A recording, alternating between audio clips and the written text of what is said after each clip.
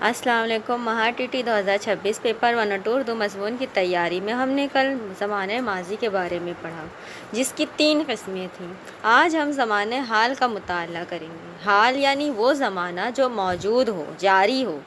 زمانۂ حال کی پہلی قسم ہے زمانۂ حال مطلق۔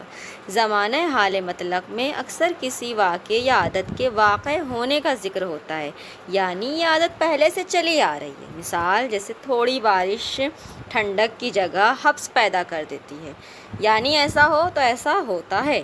یہاں پہ قیاس ہوتا ہے یا چیزوں کی فطرت کے متعلق بات ہوتی ہے کہ ایسا ہوگا تو ایسا ہوگا۔ مرچ کے پیٹ میں بہت سے بیج ہوتے ہیں، یعنی کہ بیج ہوتے ہی ہیں مرچ کے پیٹ میں، تو اس طرح سے کہہ رہے ہیں کہ ہوتے ہیں، یعنی آج بھی ہوں گے۔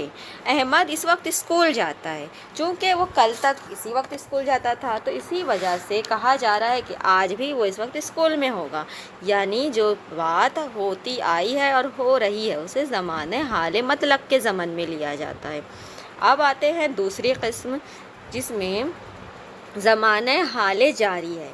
جس طرح ماضی میں کوئی عمل جاری حالت میں رہا ہو تو اسے ماضی استمراری کہتے ہیں، اسی طرح حال میں کوئی عمل جاری حالت میں ہو تو اسے حال جاری کہتے ہیں۔ یہ ایک دم آسان ہے کہ جاری حالت میں کوئی کام ہو رہا ہے فی الوقت، جیسے بوڑھی کاکی کھانا کھا رہی ہے، کھوجی کتا بڑبڑاتا جھومتا جا رہا ہے۔ یہاں پہ کیا ہو رہا ہے کہ کام ہو رہا ہے، جاری ہے۔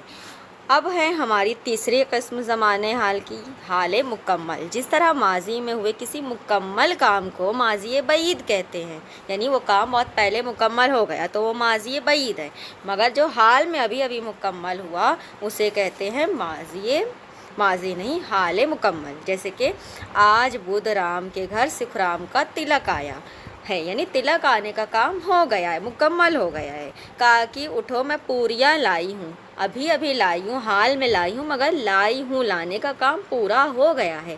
جب کام پورا ہو گیا ہو حال کے زمانے میں تو اسے کہتے ہیں حال مکمل۔ اس طرح آج ہم نے پڑھا حال مطلق، حال جاری اور حال مکمل۔ حال زمانے میں سب سے آسان سمجھنا ہوتا ہے۔ اب کل ہم پڑھیں گے زمانۂ مستقبل کے بارے میں۔